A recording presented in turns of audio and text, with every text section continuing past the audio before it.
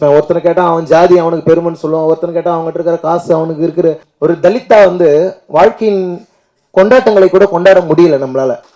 எங்க தாத்தா வந்து காலில் செருப்பு போட்டு தெருவில் நடக்க முடியாது. இன்றைக்கு நாங்கள் வந்து விமானத்தில் ஏறி பறக்கிறோம், கார்களில் போகிறோம்னா இது வந்து சாதாரண ஒரு மாற்றம் கிடையாதுன்னு நான் நினைக்கிறேன். கேஷ்லெஸ் கலெக்டிவ்ங்கிற மூவ்மெண்ட் இல்லைன்னா நான் வந்து இப்படியான இடத்துக்கு வந்தே இருக்க முடியாது. அந்த மூமெண்ட்டில் வந்து நான் அந்த தாட் ப்ராசஸ்க்கு வந்து உண்மையிலே ரஞ்சித் அண்ணன் அவர்களுக்கு மனமார்ந்த நன்றி சொல்ல கடமைப்பட்டிருக்கேன். ஏன்னா அது எனக்கு மட்டுமானது இல்லை, அது வந்து ஒரு தேவையான பிளாட்ஃபார்ம்னு நினைக்கிறேன். எப்போதுமே வந்து விளிம்பு நிலை மக்களுடைய குரலையும் விளிம்பு நிலை மக்களுடைய வாழ்க்கையும் பண்பாட்டையும் இசை வடிவங்கள் எப்போதும் அப்ராப்ரியேட் பண்ணியே பழகி இருந்தது. ஆனால் அது தாண்டி இல்லை நாங்களாக வந்து பேசுவோம், நாங்களாக கோட் ஷூட் போட்டு தைரியமாக ஸ்டைலாக கெத்தாக வந்து நிற்போங்கிறத உலகத்துக்கு நிரூபித்து காட்டியது வந்து கேஷ்லெஸ் கலெக்டிவ். அந்த கேஷ்லெஸ் கலெக்டிவில் நான் மேடை ஏறினதான் எனக்கு அதுக்கு முன்னாடி எனக்கு விருப்பம் இருந்தது. நான் உதயாண்ணாவை சந்திக்கும் போது சொன்னது என்னென்னா, ஆனால் எனக்கு நிறைய சமூக விழிப்புணர்வு பாடல்கள் பாடணும், அம்பேத்கர் பாட்டு பாடணும், இதுதான் என்னுடைய விருப்பம் அப்படின்னு சொன்னேன். அந்த வார்த்தை தான் அவரை வந்து எனக்கு கேஷ்லெஸ் கலெக்டிவில் இணைக்க வச்சுதுன்னு நினைக்கிறேன். இப்போது அந்த ஜேர்னி தொடங்கி என்ஜாபியெல்லாம் தாண்டி இன்றைக்கி வள்ளியம்மா பேராண்டின்னு நான் இந்த ஆல்பத்துக்கு பேர் வச்சது. வள்ளியம்மாளுடைய ஹிஸ்ட்ரி வந்து ரொம்ப முக்கியமானதுன்னு நினைக்கிறேன். 1823 இங்கேருந்து லட்சக்கணக்கான மக்களை பிரிட்டிஷ் வந்து தேயிலை தோட்டங்களில் இலங்கையில் வேலை செய்வதற்காக அழைத்து போனார்கள். அந்த மக்களை விடுதலைக்கு பிறகு அங்கேயே விட்டுட்டு போயிட்டாங்க. அதில் பாதி மக்களை அங்கேருந்து இலங்கை அரசாங்கம் திருப்பி இந்தியாவுக்கு அனுப்பியது 1970கள் 80களில். அப்படி குடும்பங்கள் ரெண்டாக பிரிக்கப்பட்டன, அதாவது கட்டாயமாக பிரிக்கப்பட்டன குடும்பங்கள். அப்படி பிரிக்கப்பட்டு வேறிழந்து ஊரிழந்து இந்த ஊருக்கு வந்து மீண்டும் உழைப்பாலும் கல்வியாலும் நேர்மையாலும் முளைத்தெழுந்த ஒரு மகத்தான ஒரு குடும்ப தலைவி தான் வள்ளியம்மாள். ஏன் நான் இதை சொல்கிறேன்னா, எனக்கு என்ன பெருமை இருக்குது, எனக்கு என்ன அடையாளம் இருக்குன்னு நான் எப்பவுமே யோசிப்பேன். ஒருத்தனை கேட்டால் அவன் ஜாதி அவனுக்கு பெருமைன்னு சொல்லுவான், ஒருத்தனை கேட்டால் அவங்ககிட்ட இருக்கிற காசு அவனுக்கு இருக்கிற பெருமைன்னு சொல்லுவான். ஒவ்வொருத்தனுக்கும் ஒவ்வொரு பெருமைகள் இருக்கும். அப்போ நான் யோசிச்சு பார்ப்பேன் எனக்கு என்ன பெருமை இருக்குது அப்படின்னு சொல்லிட்டு. எங்கள் அப்பா ஒரு கல்லூரி ப்ரொஃபஸர், அது எங்கள் அம்மா வந்து ஒரு ஸ்கூல் டீச்சர்னால் அது அவங்க செய்கிற அவங்களுடைய உழைப்பில் அவங்க அடைஞ்சிருக்கிற உயரம். ஆனால் எங்களுடைய வரலாற்றை வந்து அப்படியே நசுக்கிய போதும் மீண்டும் அதை முளைத்தெழுவதற்காக உழைத்திருக்கிற எங்களுடைய உழைப்பு இருக்குல்ல, அந்த உழைப்பு தான் எங்களுடைய அடையாளம் அப்படின்னு சொல்லி நான் புரிஞ்சுக்கிட்டேன். நான் எங்கள் தாத்தா வந்து காலில் செருப்பு போட்டு தெருவில் நடக்க முடியாது. இன்றைக்கு நாங்கள் வந்து விமானத்தில் ஏறி பறக்கிறோம், கார்களில் போகிறோம்னா இது வந்து சாதாரண ஒரு மாற்றம் கிடையாதுன்னு நான் நினைக்கிறேன். இதுல வந்து பாபா சாஹேப் அம்பேத்கரில் தொடங்கி இன்றைக்கு எங்கள் அண்ணன் இயக்குனர் ரஞ்சித் வரைக்கும் எங்கள் கான்ட்ரிபியூஷன் இருந்துகிட்டே இருக்கு. இவ்வளவு பேருடைய ஒரு உழைப்பினால் மட்டும்தான் இன்னைக்கு வந்து ஒரு மியூசிக் ஈகோ சிஸ்டம்ல நானும் ஒரு ஆர்டிஸ்டா நிக்கிறேன் அப்படிங்கிறத நான் உறுதியா நம்புறேன். எனக்கு வந்து பிறந்தநாள் கொண்டாடுறதுல உண்மையிலேயே இந்த வருஷம் எனக்கு மகிழ்ச்சியே இல்லை. ஏனென்றால் நாம் எப்போது கொல்லப்படுவோம்னே தெரியாத ஒரு வன்முறையான ஒரு சமுதாயத்தில் வாழ்ந்து கொண்டிருக்கிறோம். அப்படிதான் நான் இதை பார்க்குறேன். நான் வந்து ஒரு ஒரு ஒரு தலித்தா வந்து வாழ்க்கையின் கொண்டாட்டங்களை கூட கொண்டாட முடியல நம்மளால. நமக்கு வந்து என்ன, தினந்தோறும் நீ சாவு செய்தியை கேட்டுனே இருக்க, தினந்தோறும் உன் சார்ந்த உன் நிறத்தில் இருக்கிற நீ சாப்பிட்ற உணவை சாப்பிட்ற உன்ன மாதிரி இருக்கிற யாரோ ஒருத்தர் செத்துக்கிட்டே இருக்க. ஆனால் நீ எப்படி பர்த்டே கொண்டாடுவ, நீ எப்படி வந்து உனக்கு ஒரு பாட்டு வெளியிட்ட கொண்டாடுவ, உன் மனது எப்படி இருக்கும்? அந்த மனநிலை ரொம்ப ரொம்ப ஆபத்தானது. இந்த சமூகம், சாதிய சமூகம் மீண்டும் மீண்டும் வந்து நம்மளை அப்படியான ஒரு இறுக்கத்திலே வச்சிருக்குன்னு நினைக்கிறேன். அந்த இறுக்கம் தான் என்னை போட்டு உறுத்திக்கிட்டே இருக்கும்.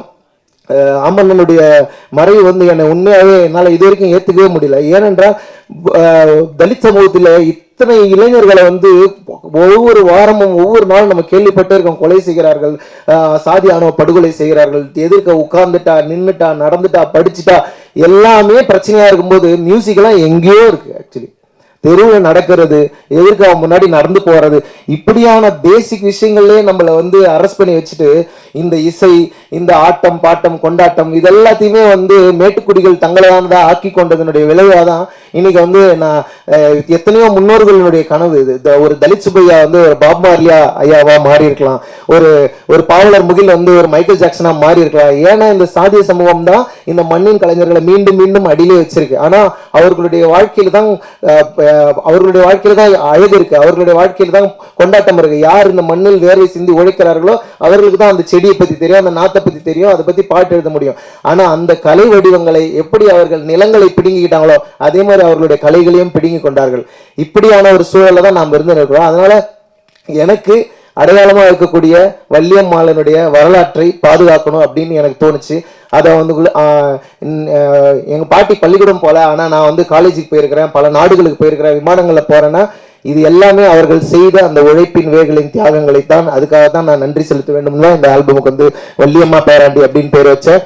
கண்டிப்பாக வந்து இது எல்லாருக்கும் ஒரு உணர்த்துதலை கொடுக்கும் அப்படின்ற ஒரு பெரிய நம்பிக்கை எனக்கு இருக்கு. இந்த ஆல்பம் வந்து ஒரு 2 வருஷம் கிட்டத்தட்ட எடுத்தேன் இந்த ஆல்பம் பண்ணி முடிக்கிறதுக்கு. குவாசி மோட் அப்படின்னு ஒரு மியூசிக் ப்ரொடியூசர், நான் என்னோட டீமை பற்றி ஷார்ட்டாக சொல்லிடுறேன். குவாசி மோட்னு ஒரு மியூசிக் ப்ரொடியூசர், அவர் லண்டனில் இருக்காரு. இந்த ஆல்பமில் 8 பாடல்கள் எனக்காக அவர் பண்ணி கொடுத்துருக்காரு. ஒரு பலத்த கைத்தட்டல் கொடுத்தீங்கன்னா அவங்க வந்து உண்மையில அண்ட் ஆண்டோ பிராங்க்லின் இங்கே இருக்கார். 2 பாடல்கள் எனக்காக இந்த ஆல்பத்தில் அவர் பண்ணி கொடுத்துருக்காரு. அண்ட் காட்சி ஆப்பிரிக்காவிலேருந்து நமக்காக இங்கே இந்த நிகழ்வுக்காக வந்திருக்காரு. ஸோ இவங்க 2 பேரும் ஈச் 2, ஸோ டோட்டலி 12 சாங்ஸ் பண்ணியிருக்கிறோம். அண்ட் சாய் ஸ்ரவணன் சார் வந்து எனக்கு ஒரு பாட்டு நேற்று திடீர்னு ஒரு பாட்டு இஷ்யூ ஆயிடுச்சு, அதில் உடனடியாக ஒரு பாட்டு பண்ண வேண்டி இருந்தது.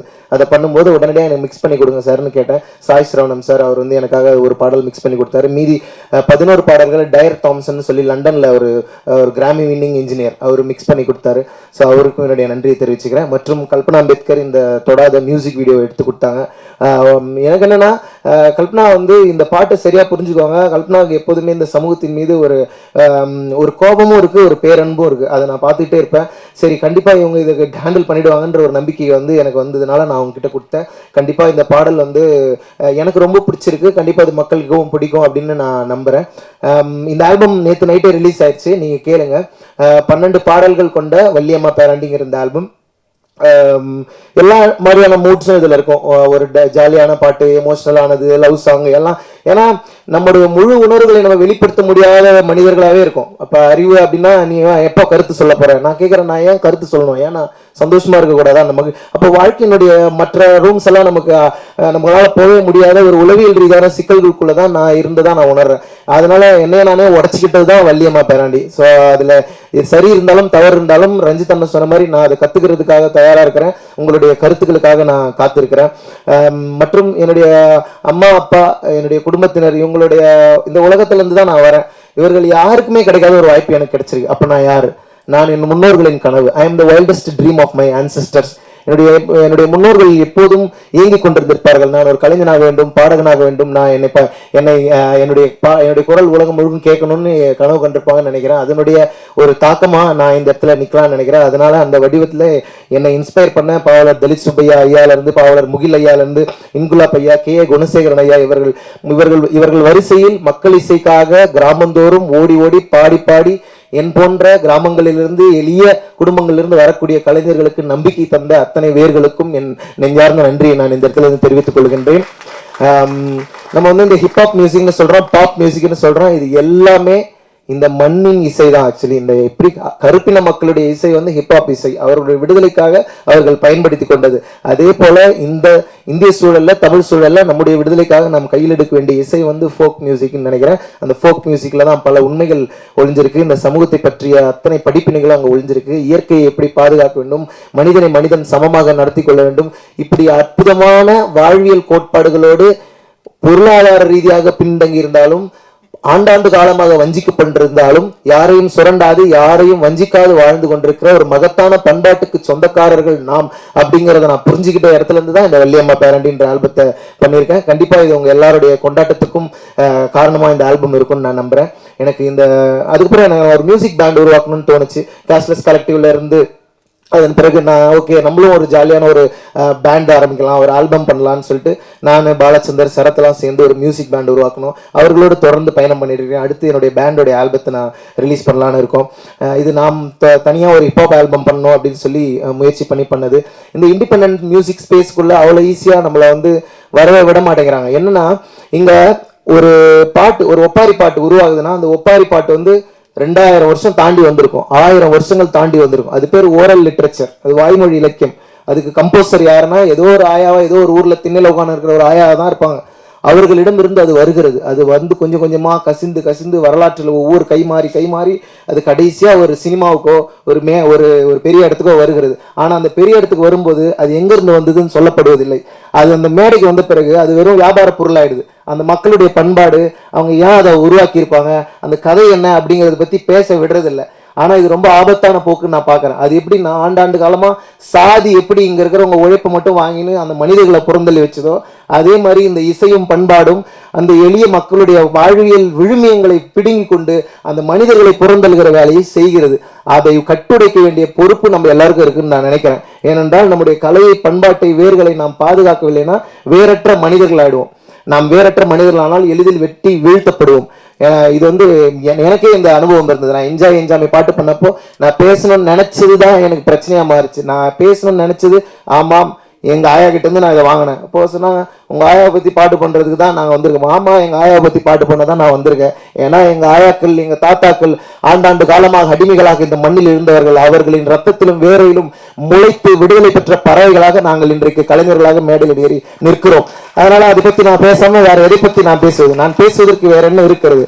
ஏன்னா நான் கற்றுக்கொள்ள தயாராக இருக்கிறேன். ஆனால் யாரையும் ஏமாற்றவோ சுரண்டவோ அதை நான் யோசிப்பேன். எவ்வளவு சுரண்டினாலும் எவ்வளவு ஒடுக்கப்பட்டாலும் நம்ம கிட்ட ஒரு அறம் இருந்துட்டே இருக்கு. அந்த அறத்தை எனக்கு கற்றுத்தந்தவர் வள்ளியம்மா, பாட்டி, எங்க அம்மா, இவர்கள் எல்லோரும். எங்க பாட்டி வந்து ஒரு நாள் எங்க ஸ்கூல்ல வந்து ஒரு நாள் இப்படி சொல்லிட்டாங்க, உனக்கு படிப்பே வராது, அந்த ஜாதியில பிறந்தாதான் படிப்பு வரும், உனக்கு வராது அப்படின்னு சொல்லிட்டாங்க. எனக்கு தாங்கவே முடியல. நான் பயங்கரமா அழுதுட்டேன். ஏன் அப்படி சொன்னாங்க, ஏன் என் கூட இருந்த பையன்கிட்ட கேட்டேன், ஏன் இந்த ஜாதிக்கு வந்து படிப்பு வராதுன்னு சொன்னாங்க அப்படின்னு சொல்லி கேட்டேன். அவனும் ஒரு மாதிரி எமோஷனல் ஆகிடும். ஆனால் எங்கள் அம்மா கிட்ட வந்து சொன்னேன், நான் ஒரு நாள் லஞ்ச் சாப்பிட்டு இருக்கேன் எங்கள் வீட்டில். எங்கள் அம்மா வந்து ஸ்கூலுக்குள்ளே வந்து அந்த கதவை திறந்து நேராக உள்ளே வந்து அந்த கரஸ்பாண்ட் முன்னாடி என்ன, யாரை பார்த்து நீ அப்படி சொன்னாங்க, யார் தெரியுமா அப்படின்னு சொல்லி எங்கள் பாட்டி அவன் எதிர்த்து கேள்வி கேட்டாங்க.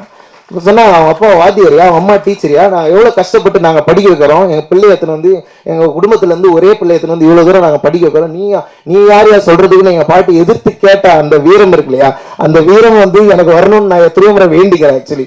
ஏன்னா அப்படியான ஒரு அழுத்தம் நிறைந்த ஒரு பயங்கர கெத்தான அந்த மொமெண்ட் எனக்கு கண்ணு முன்னாடி இருக்கு. அப்பப்போ நான் அதை யோசிச்சுப்பேன். அவர்கள் யாருக்கும் பயப்படாதவர்கள், யாரை கண்டும் எதை கண்டும் பயப்படாதவர்கள். அந்த பயமில்லாத ஒரு தன்மையை நானும் வளர்த்து கொள்ளவும் இன்னும் நிறைய பாடல்களை என்னோட நண்பர்களோட சேர்ந்து நான் பாடவும் விரும்புகிறேன். அண்ட் இந்த ஆல்பமில் என் கூட கொலாபரேட் பண்ணியிருக்கிற ரஷ்மித் கவுர் ஒரு ஆர்டிஸ்ட் கொலாபரேட் பண்ணியிருக்காங்க. அண்ட் பாலச்சந்தர், செல்லமுத்து இவர்கள் சில பாடல்களை என்னோடு சேர்ந்து பாடியிருக்காங்க. என்னுடைய பாடிய இசைத்த அத்தனை கலைஞர்களுக்கும் நான் மனமார்ந்த நன்றி தெரிவித்துக் கொள்கின்றேன். கலை மக்களுக்கானது. நான் சின்ன வயசுலேருந்து அம்பேத்கரிய பாடல்களை கேட்டு வளர்ந்துருக்கேன். ஆனால் உண்மையாகவே அம்பேத்கரிய பாடல்களுக்கு ஒரு பெரிய மேடை அமைத்து கொடுத்த நீலம் பண்பாட்டு மையத்திற்கும் இயக்குனர் ப. ரஞ்சித் அண்ணன் அவர்களுக்கும். ஏனென்றால் அது இயற்கை, அவ்வளவுதான். நான் பேசுவது அரசியல் கிடையாது, இயற்கை. நான் அப்படிதான் நினைக்கிறேன். நீ இயற்கையோடு பொருந்தி இருக்கிற ஒரு வாழ்க்கை தான் நமக்கு தேவையானது. ஒரு சாதி அமைப்பை எப்படி புரிஞ்சுக்கலாம்னா, இங்க ஒரு தென்னை மரம் இருந்தா